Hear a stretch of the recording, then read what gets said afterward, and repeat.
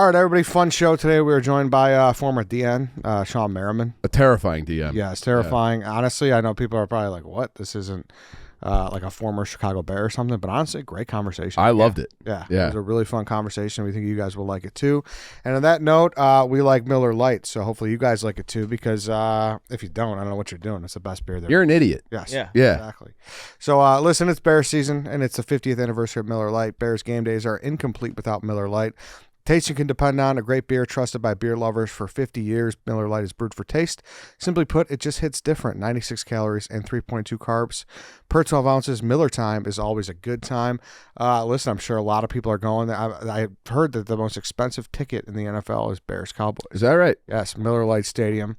They're going to be flowing them, and they're going to be flowing. You know, just simply put, have them ready for your tailgate. And if you're not going to the game, you could go pick up some Miller Lite, or you can get it delivered to you, because Miller Lite, the official beer partner of the Chicago Bears. Go to MillerLite.com/stretch to find delivery options near you. Or, like I said, you could pick up some Miller Lite pretty much anywhere that they sell beer. It's Miller time. Celebrate responsibly. Miller Brewing Company, Milwaukee, Wisconsin. 96 calories and 3.2 carbs per 12 ounces. Go get your Miller Lite, and let's toss it over to Shawne Merriman. All right, welcome to the Stretch interview show. Today we are joined by Shawn Merriman. Shawn, thank you for your time. We're excited to talk to you, but before we get into some football, let's talk about Lights Out. September 20th coming up this weekend. What do we got going on? Yeah, we got a massive card, man, this Saturday in Long Beach, California. Probably our biggest card yet. And then we got some big up and comers on this one, man. Tyrell Fortune, #1 heavyweight pound for pound right now.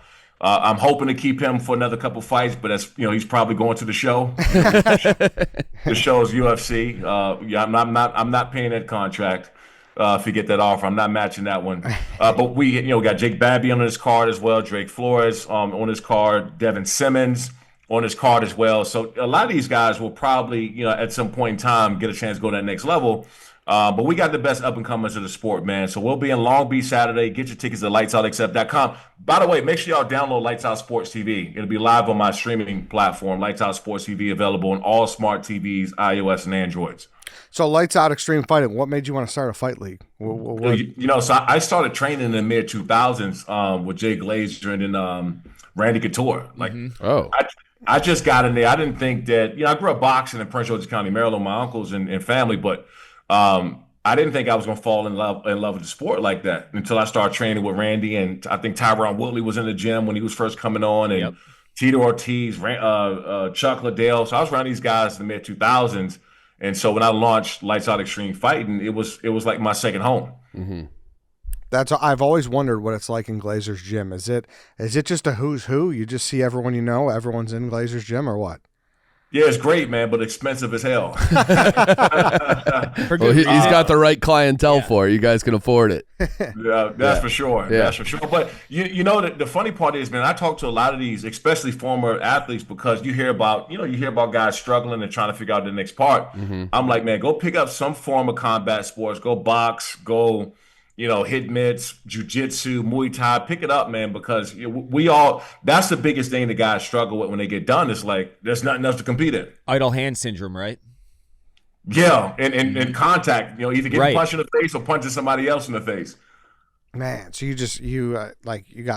missed just getting smashed in all the time. I mean, you were doing the smashing, to be fair, but you just missed all the contact, huh?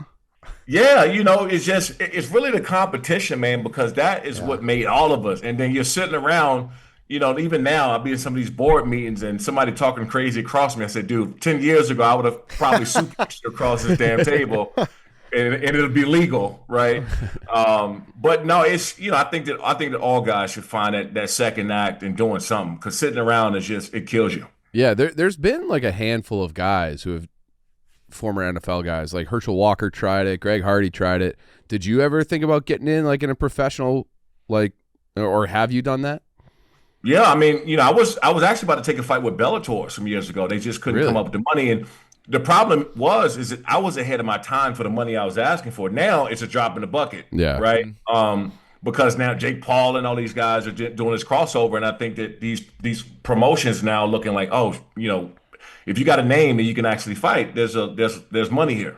there's opportunity. And so we got a couple guys right now, former guys that's in the process of transitioning and fighting for us for Lights Out Xtreme Fighting. How hard is the transition to make it, to go from, a typical American ball sport to a combat sport like jiu-jitsu or any mixed martial art?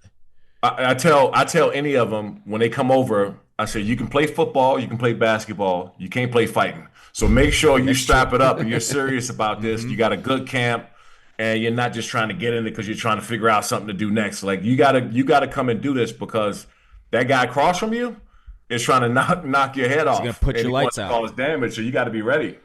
How much did it help you with your NFL when you started training like that? Man, it did wonders for my hands. Yep.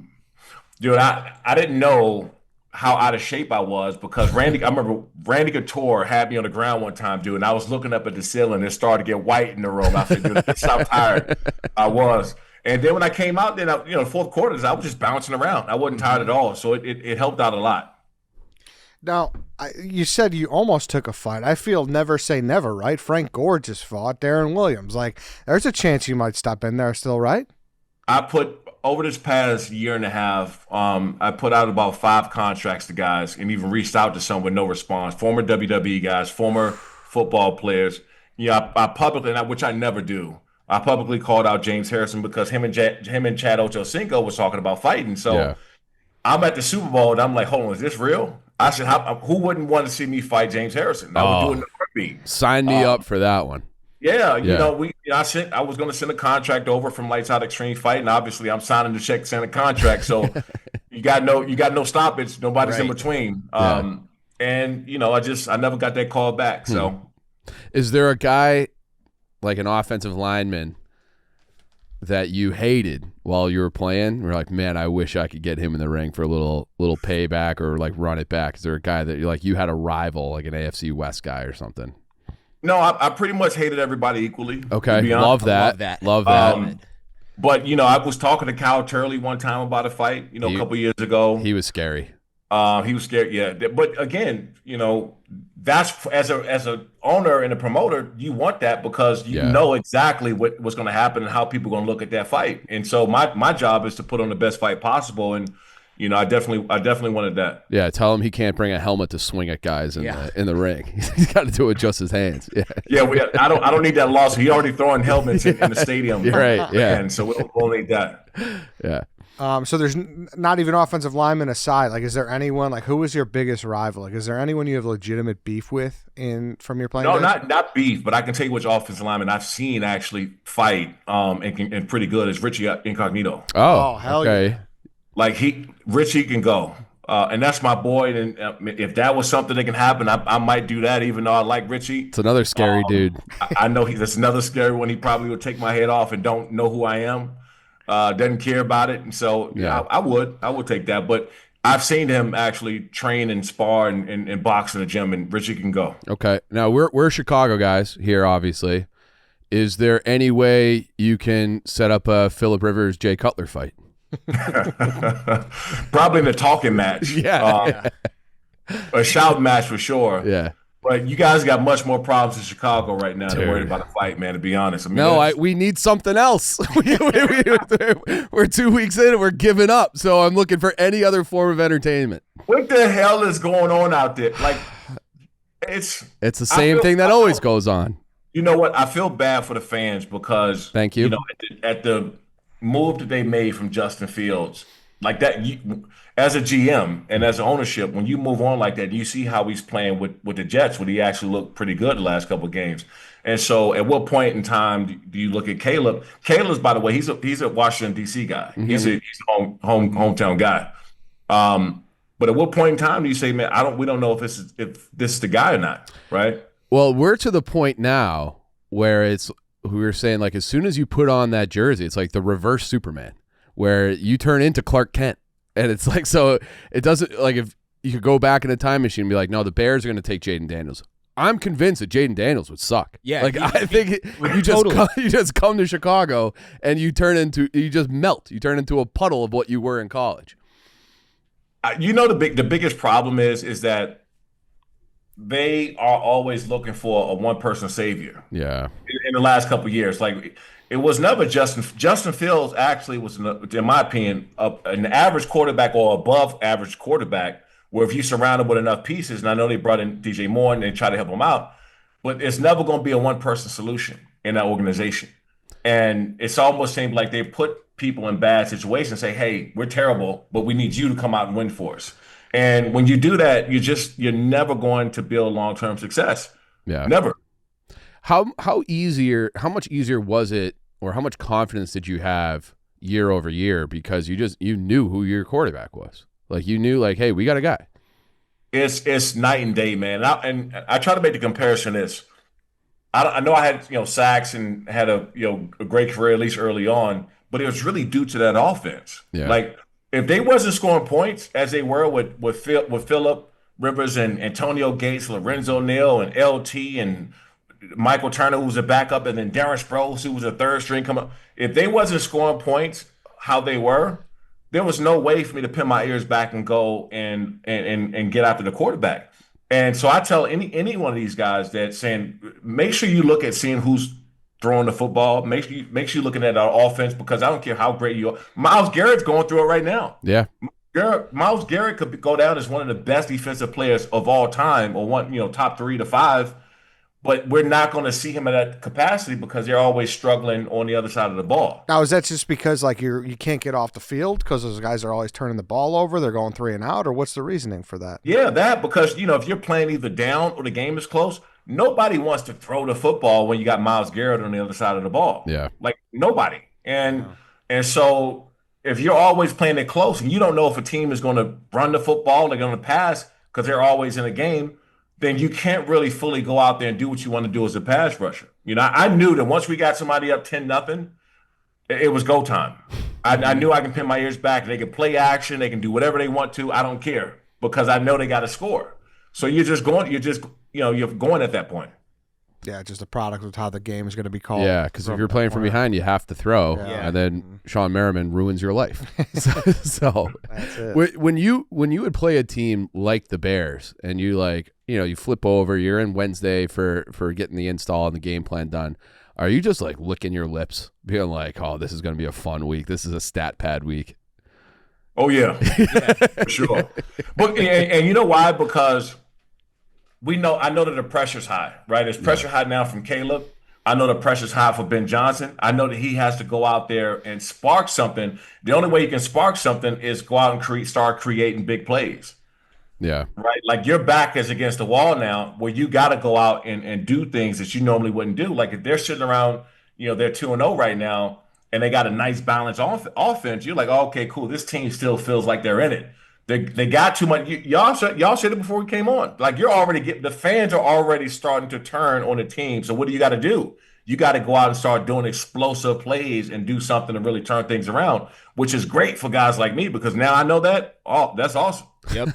You brought up Myles Garrett earlier. Is he your? Do you think he's the best pass rusher in football? Yeah, for sure. What's your top? What do you think is the top 5? I think he's probably up there number 1. I'll put Max Crosby up there.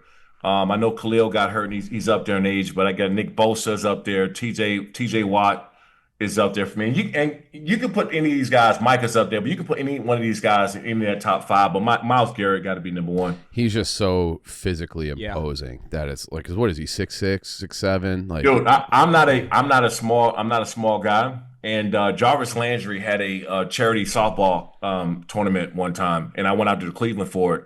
And I'm in the locker room as we're getting ready, and this massive ass person came walking out of the corner of my eye, and I'm looking, and it was Myles Garrett. I said, "Holy shit!" Like, what? Dude's, he's my height. I'm 6'5", it was 6'4". He's 6'5", 6'6", 275, and just ripped up, or 280, whatever he is. And I said, he looks unreal. Yeah, that's one of those things where it's like, I don't even think I'm the same species as him. Right. Like, I'm just like a doughy, like I'm 6'1", but it's like you look at a guy like that, and it's like, this guy is just unbelievable. Hey guys, Vuori is incredibly versatile and comfortable, perfect for whatever your day brings. It's designed to look great beyond the gym, whether you're running errands, Headed to the office or meeting up with friends, the Core Short is the short that started it all for Vuori. It's soft, it's lightweight, it's got a 4-way performance stretch, and it moves with you, no restriction. The breathable boxer brief liner, it allows for built-in comfort and support. We love Vuori, honestly. Like we said, like if we need to kind of be recording something and be comfortable, but we got to go out after to the bar, it's definitely the best. Let me tell you something. It's been unseasonably warm here by my standards. I had to go back to the Core Short. I was in Vuori jogger mode. Now I'm back to the Core Short, and it's awesome. That's the season. Yeah. Vuori is an investment in your happiness. For our listeners, they're offering 20% off your first purchase. Get yourself some of the most comfortable and versatile clothing on the planet at vuori.com/stretch. That's VUORI.com/stretch. Exclusions apply. Visit the website for full terms and conditions. Not only will you receive 20% off your first purchase, but enjoy free shipping on any U.S. orders over $75 and free returns. Go to vuori.com/stretch and discover the versatility of Vuori clothing. Exclusions apply. Visit the website for full terms and conditions. Now, we have a guy, like we call him like getting off the bus guys. Remember, like in high school, you were probably one of those guys actually, but you're like, that's a football player. Montez Sweat looks like that. And when the Bears traded him, I think his first year with the Bears, he played 8 games. He had 8.5 sacks. And since then, he's kind of been a ghost. What do you make of that? Have you ever gone through like a streak in your career where it's just all the things that were working don't? And is there a way for him to get out of it? Because they paid him like $100 million, and you're just not getting the production from a very, you can argue, the second most important position in football. Yeah, for sure. And a lot of that could be dealing with injury. The other side of that could be dealing with confidence, right? Yeah. And it could be both. It could be both. I mean, when I had to drop off my career, I had a partially torn Achilles for a year and a half or so.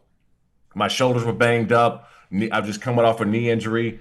And so I just wasn't the same player anymore all the way around. And with him, he could be injured, but because he got that max contract, he wants to go out there and still play, even though he's not playing up to the standard. Yeah. And once you can't play on that level, and you've already achieved a certain level, and as you just said, like just being a beast, it eats at you more than people know. And you start watching film, you're like, damn, I'm not who I was. And it starts to mess with you personally. How can he get out of that, though? Because he's not old. What is he, 26? Something like that. 26, 27. He's not on the wrong side of 30, but it seemed like it just came crashing down quick. And you say it might be a mental thing. Like, to me, as a dumb fan who doesn't know what he's talking about, and I think a lot of people, it's like defensive ends is kind of I know there's more goes into it than just pinning your ears back and getting the quarterback. But to me, it's like a position you shouldn't really go in slumps. And why am I wrong there? Because I know I am probably, but no, you're not wrong. And then too, on top of that, what you just said, it's also scheme. Yeah. I was fortunate when I got to the Chargers because I came into a locker room with Wade Phillips as the coordinator, Marty Schottenheimer, the head coach. Greg Minunsky was my defensive coordinator, and the linebacker coach, and the assistant linebacker coach was John Pagano.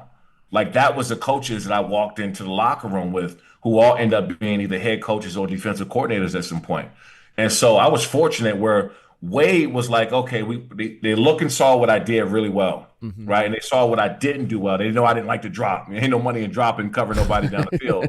So I hated that. So he had an 80-20 rule. Like, okay, whatever you do great, we're going to have you doing 80% of. Whatever you're not, we're going to have you doing 20% of. So 75 to 80% of the time, I was pass rushing, getting up the field. Sometimes you got coaches saying, we don't care what you're great at doing. This is my scheme.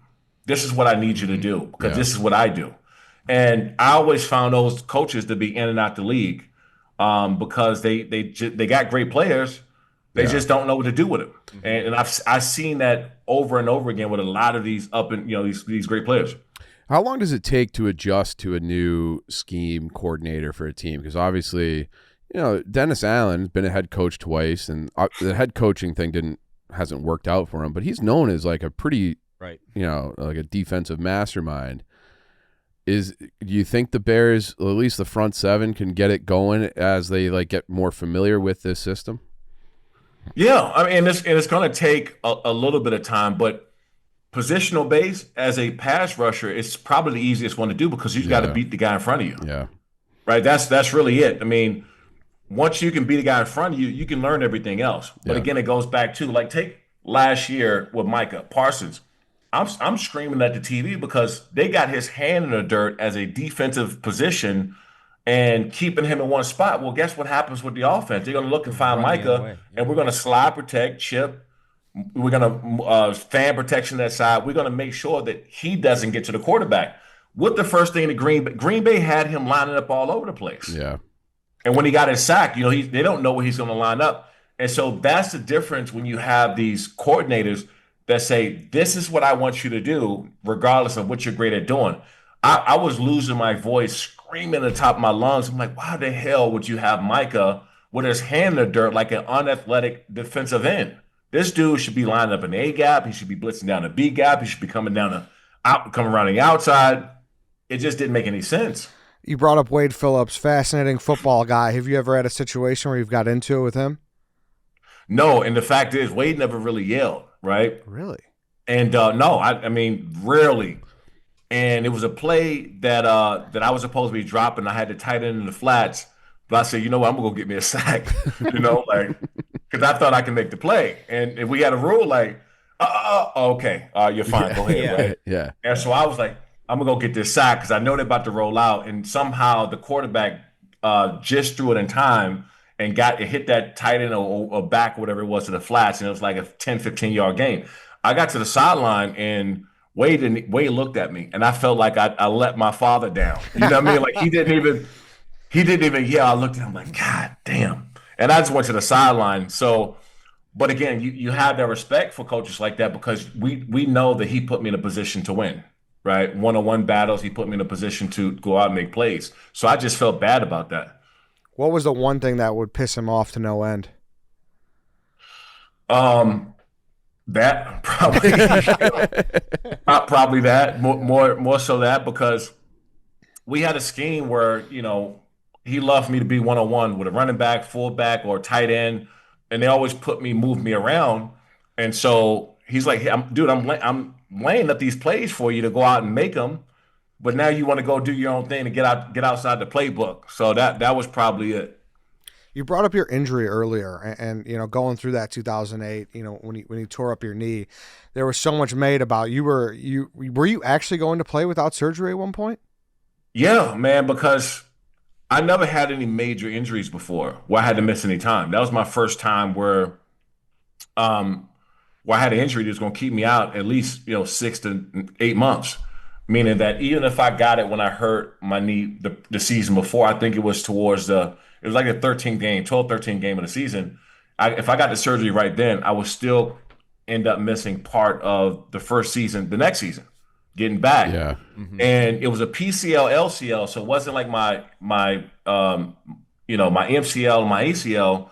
So I was still playing. People didn't know the last like 4 or 5 games of the year before, I was playing on nothing. I played the AFC Championship game in 2007 with barely. The only thing I had there was my MCL and ACL. Everything else was torn. Yeah. And, I had a couple of sacks in that game. And so I went to see Andrews. I went to see all these doctors. And at first, no one even wanted to operate on me because they just saw me getting 2 sacks. Mm-hmm. So who wants to be the guy that operate? And I never come back from an injury. So It was a combination of two where if somebody came in and said, Shawn, you know what? You got to have the surgery. You have to. I would have got it. Yeah. But it was like, well, I just saw you sack Tom Brady a couple of times. Like, do we really want to, go and do this? So if I can do it all over again, for sure. I would have got it done. I probably played another 3 or 4 years in the NFL at probably the high level. And I would have got my gold jacket around the same time because Antonio Gates got his before his. So it is what it is. Do you ever do the guys from that 2007 team ever just be like, damn, like that was our shot? Because didn't Rivers have like a torn ACL? He played in that game too. So you had do you guys ever think like have a group chat where you're like, man, like that was our Super Bowl? Often. We because we are all still pretty tight. Yeah. So when I see LT or I see Gates or Phillip, we was talking at Gates' Hall of Fame induction. We talk about them teams we had, and that game in particular, 8 guys, main guys, came in and we were banged up. Like Gates had a foot, LT had a knee, Phillip had a knee, I had a knee, Nick Harwood had a knee or back or something. Like Lorenzo, we were all banged up going into that game, but we knew it was on the line. We had to play. We had to go out. And it was still a pretty close game, right? If I remember correctly, that 2007, like you guys were right there. Yeah, I think they had a touchdown or so on us. But again, by the way, that was the coldest game I've ever played in my life. Oh, I mean, really? oh yeah, it was like 9 degrees. It was something crazy. It was Okay. so cold that it didn't snow, and Uh, I almost got in a fight with Nate Kading, our kicker, because he was standing in front of the heater because it was so damn cold out there. And I said, dude, you move your ass right now, or I'm tossing you. I'm tossing you from this heater. It was that cold out there. yeah. Oh, I remember him. Yeah. Vacating. Did he listen? Oh yeah, for sure. I mean, I bet. I was dead serious, man, Yeah. because it was one of those things that when it gets that cold outside, for one, it can't snow, but your fingertips, whenever your fingertips hit off the helmet, they just feel like they bleed. And I said, you gotta move. Yeah. Well, Antonio Gates, was he? What kind of leader was he? Was he like the by example guy, or was he like, I'll get your ass in order? By example, Yeah. by example, guy. He was too cool to yell, man. Like Gates was very quiet unless you started to mess with him. Now, if you start to talk to him in practice, he's just gonna roast you and he'll never leave you alone after that. So he was one of the ones we let go and not mess with, because if we got him going, it was a wrap for all of us. I feel like Philip probably handled all the yelling. Oh, dude. Dude, I don't know if you guys remember early on, like you talked about Jay Cutler and Phillip Rivers and all that. Yeah. They had a lot of back and forth. We always seen Phillip yelling back and forth to the fans. It was an Indy playoff game, I think we were in one time, where he was going back and forth to the fans. And Phil had this hate about him because people always assumed that he was just talking nonstop and going back and forth with people. And it wasn't until all the audio and all the stuff that he was saying where people was like, they got behind it, they loved him. Yeah. But we always it was nothing there was no like malicious, he wasn't going after people talking crazy shit, Yeah. right? It wasn't like he was saying anything bad. He just always said something.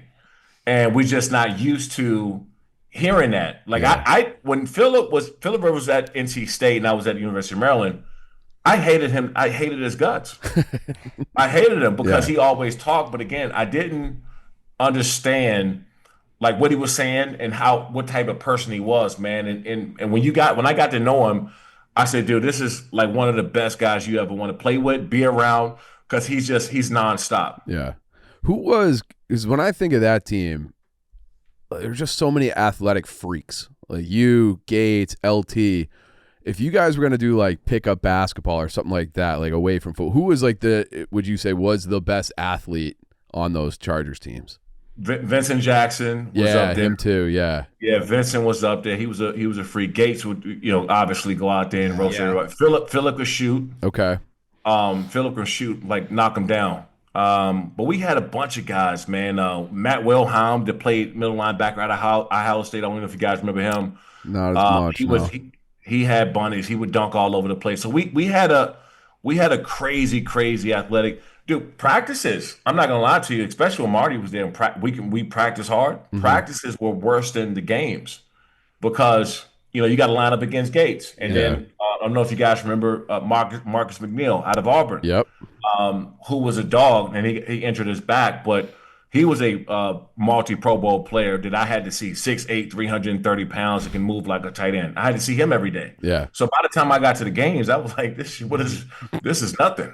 I have a take that LT is, out of all the football players I've ever seen, he's the absolute best running back I've ever seen with my own two eyes. How far off, if I'm off at all, am I with that? Even to this day. It's funny because I don't want to be biased, right? And right. I see him every day, so I'm gonna have a different perspective when it comes to L. And I played against Adrian Peterson. People ask me all the time, like, who do I think is better?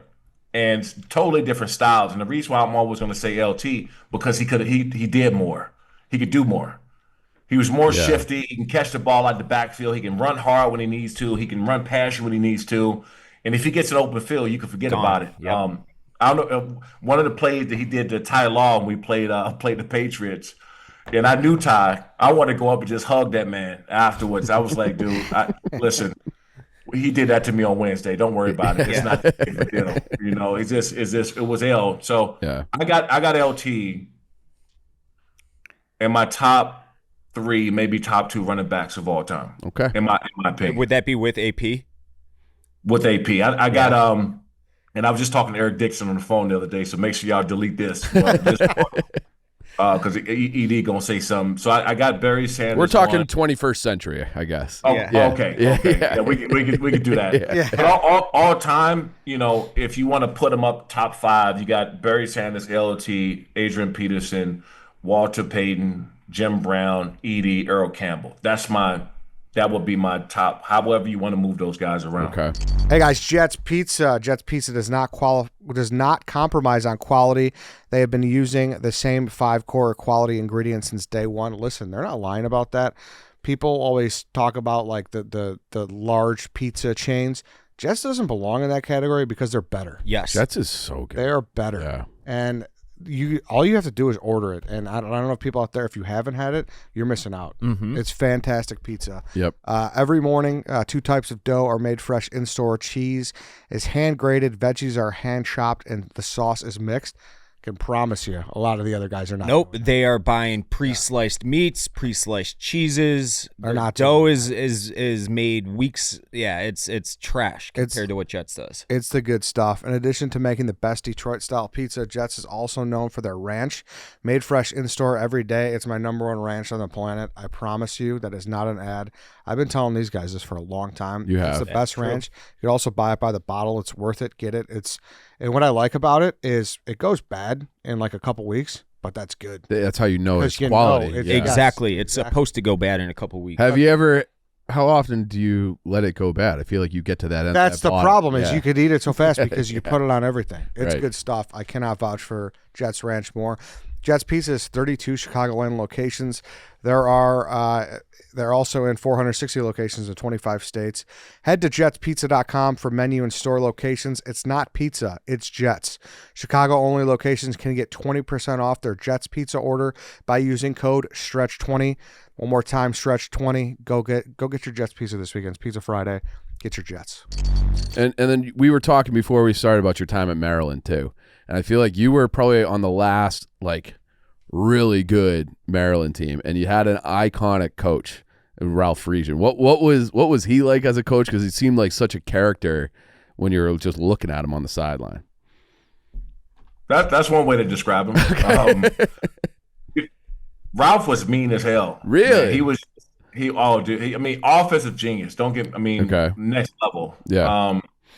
And I learned a lot from Ralph because he was just so hard on us. I mean, we practiced harder than the games, and we're a physical bunch. He would just ride around in the golf cart screaming at people all day. I mean, he was hell, man. But we didn't have the greatest relationship my first 2 years because I wasn't the type of guy that I talked a lot of shit, and I was wanting to fight, and just I was that. I was him, man. And I don't think he really understood me much. And then my last year before I left, we got really, really close. But he was hell to deal with, man. And let me tell you, he did this thing, and it's only 2 coaches I've ever seen do this before. It was him and North Turner. They stand in practice, they stand behind the offense, and when the ball is snapped, they do this thing with their eyes and head. They did that. Okay. And so at the time, I only seen Ralph Friesen do it, Coach Friesen. And so I didn't understand what he did. I just thought it was just some weird, he was just crazy, right? Yeah. And then I got to the Chargers, and then when Norv came in, Norv did it. So I asked Norv, I said, hey, what is that? What's going on? They're looking at, in that one play when the ball is snapped, that wide receiver and that wide receiver and everybody in between. They are looking at every single play, or try to look at every single player, what's going on from that wide receiver to that wide receiver. And both of those guys, in my opinion, are just offensive-minded. Coaches are offensive-minded geniuses, where those are the only 2 people I've ever seen do anything like that. So it was kind of crazy. I didn't know then, but I ended up finding out from North Turner what it was. Who's the best coach you ever had? Man, as a head coach? Yeah, both. Anyone. Yeah. Someone who's like, man, this guy. I love Marty, man. I mean, Marty, like, he was tough as nails. Like, we might line up in training camp one day and do Oklahoma drill. He might come to you right after we're done stretching, tap your helmet, and then have you lining up with an offensive guard or tackle or fullback and do Oklahoma, something crazy. And then after the third or fourth day in practice, when he saw you going hard, he'll come to you and tap you on top of the head and tell you to take a couple series off and make sure you take care of you too. And but he was so passionate about everything that he did. Like Marty cared about winning, right? And he give these speeches to the point where we used to bet on how long it was before he cried in his speeches, right? It wasn't funny at first, but it was funny later on. But at first, we would look at the clock in the team room. There was a clock behind him in the team room. Can you guys hear me? Yeah. We're just listening intently. Yeah. Yeah, there was a clock. So if we had a big game and we fought back and we won the game, there was a clock in the team room that was behind Marty Schottenheimer all the time. And we got hip to how long it would take him to cry. So we all start bringing money to the team room. And so we're watching, and so he'll be going over a couple plays, and he paused the video to start talking. And we all got the clock, so you got over and under like 2 minutes, right? So we this guy got 300, this guy got $700-800. We got all got money, and so he started giving a speech, and then right before he hit that 2-minute mark, and that tear started to drop, and that bottom lip started shaking, and all you hear is "God damn!" So everybody's pissed off that they lost, or some guys won. Because he broke that, he didn't break that 2-minute marker crying. So we started. All you hear is crumbling hundreds like passed around under the seat. Everybody getting paid, and then he caught on to it. And then he stopped the video and he said, "You guys better not effing bet on me crying again." But he was the best, man. I mean, you would run through a wall for Marty. What was it like when he got fired? Because he got fired after you guys went 14-2. So what was the mood in the locker room? Like, were you guys on the verge of a mutiny at that point or something? Yeah, we were trying to figure out you've never heard of a 14-2 coach getting fired ever. Yeah. And we knew there was some static with him and AJ Smith, who was the GM at the time. But when you're 14-2, it didn't give you don't care who got static with you in the building. You're 14-2, so that just never happened. So we were just shocked. We were just blown away that happened. But everybody knew in the building. There was a lot of tension between them too. Okay, interesting. But did anybody go to AJ Smith? Did anybody like freak out? Like, what are you doing? Man, there would have been fist fights. Really? I've stepped in between both of them before. Oh my God. Yeah, and me being a fight promoter now, I should have let the shit happen. Yeah, right. Yeah. Get your camera, get your phone out. Wait, hold on, guys. let me get my phone. Let me ring the bell here. Yeah, and so man, it was. But again, AJ Smith was we bumped heads a lot. But AJ Smith was a football guy. Mm-hmm. Like he loved football. He understood football. Like when drafting guys, and like AJ Smith was a great football guy. Yeah. Was San Diego the best place to be in your early 20s and to be a professional athlete? Yeah. I mean, listen, so I never been to the West Coast. I'm from Prince George's County, Maryland, and Washington, D.C. area. So I grew up in that. And my first time ever being on the West Coast is when I took my visit to San Diego. So my visit, I went to see the Cowboys, the Chargers, the Lions, and then Redskins, because they were in in my backyard. There were like another two teams wanted to come out, but I just took four. Dallas had the 11th pick, Chargers had the 12th. The Lions had, I believe, the 9th pick or of that 9th or 10th pick of that draft, and then Redskins, now Commanders, had the 8th or 9th pick. And so, dude, I remember flying over and seeing that water in San Diego, and I was looking up. I said, God wouldn't bless me to come here, like. I mean, come on, and they just, I'll have to go to Detroit instead. Listen, so I got there in San Diego, and they told me, say, look, we don't think you're going to be at the 12th pick, but if you are, we're taking you. Period. We'll think you're going to top 5, top 7, but if you're here, we're taking you. Dallas told me the same thing too. So I went out and seen the Lions, and Steve, and I love Steve Mariucci to death. Steve Mariucci spent every bit of like 3.5 minutes with me. And I wasn't mad at all. I was like, yes, because I didn't want, and it wasn't really the city or the fans or anything that bothered me. It was like they wasn't a good team. Yeah. Yeah. It just wasn't a good team. And I was like, because you hear so many horror stories about guys getting drafted, going high in the draft, and then going to a bad organization, and you never hear about them again. So I was like, that's the last thing that I want. And yeah, they ended up going Mike Williams out of USC, and I was like, okay, good. Yeah. Go ahead and take him, and I'll be at these next couple after Among that. like 12 other wide receivers. You're like the only guy who's like hoping to slide in the draft. Yeah, pretty much. Yes.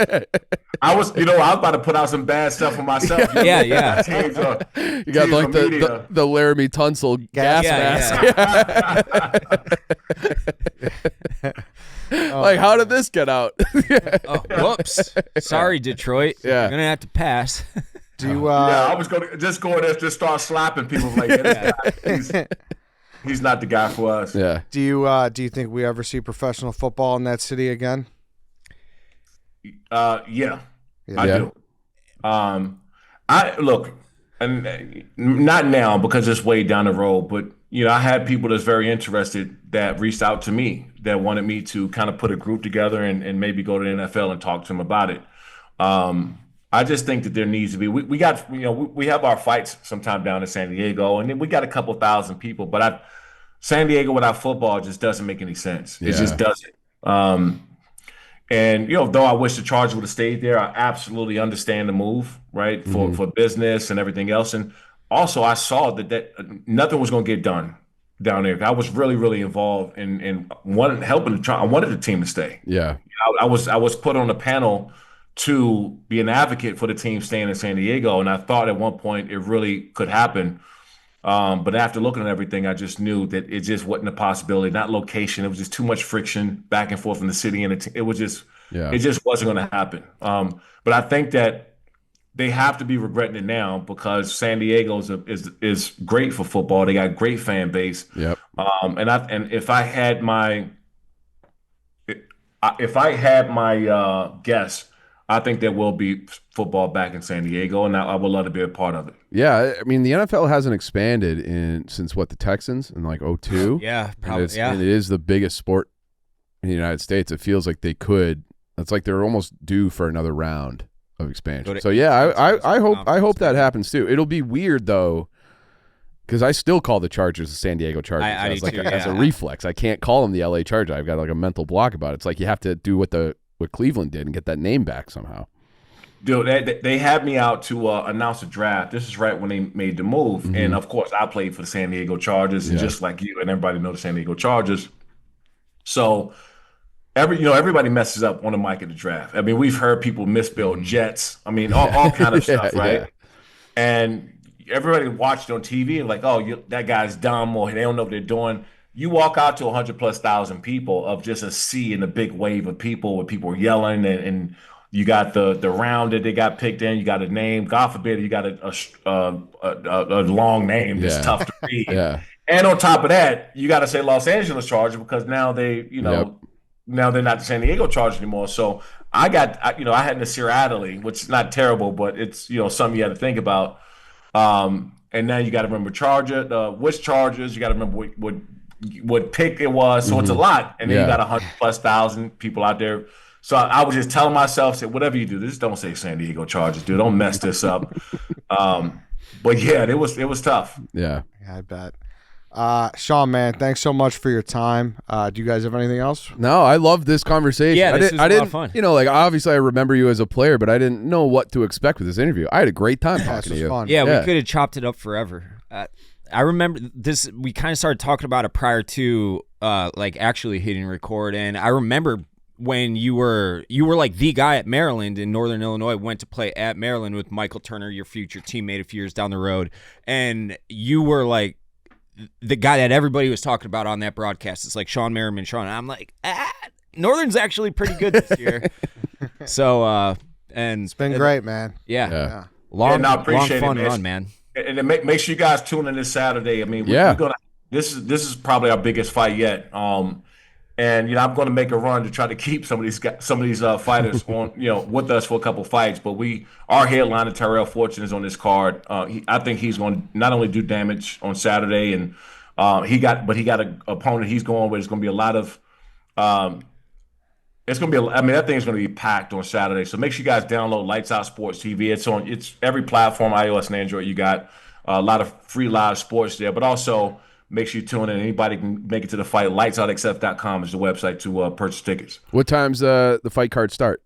4:30. Okay, we kick off at 4:30. We'll have a couple amateurs. Actually, a champion. We got an amateur belt on the line too. So what we'll do is some of these top amateurs about to turn pro with us. They got a following already in the state of California or wherever we have a fight at. We'll get the top amateur there, and then we'll get into the pro card right after that. Okay. Shawn, thanks so much, man. Go download that Lights Out app, and you're the man. We appreciate you. Yeah, when you're in Chicago, swing through the office. See you, Shawn. See you, Shawn.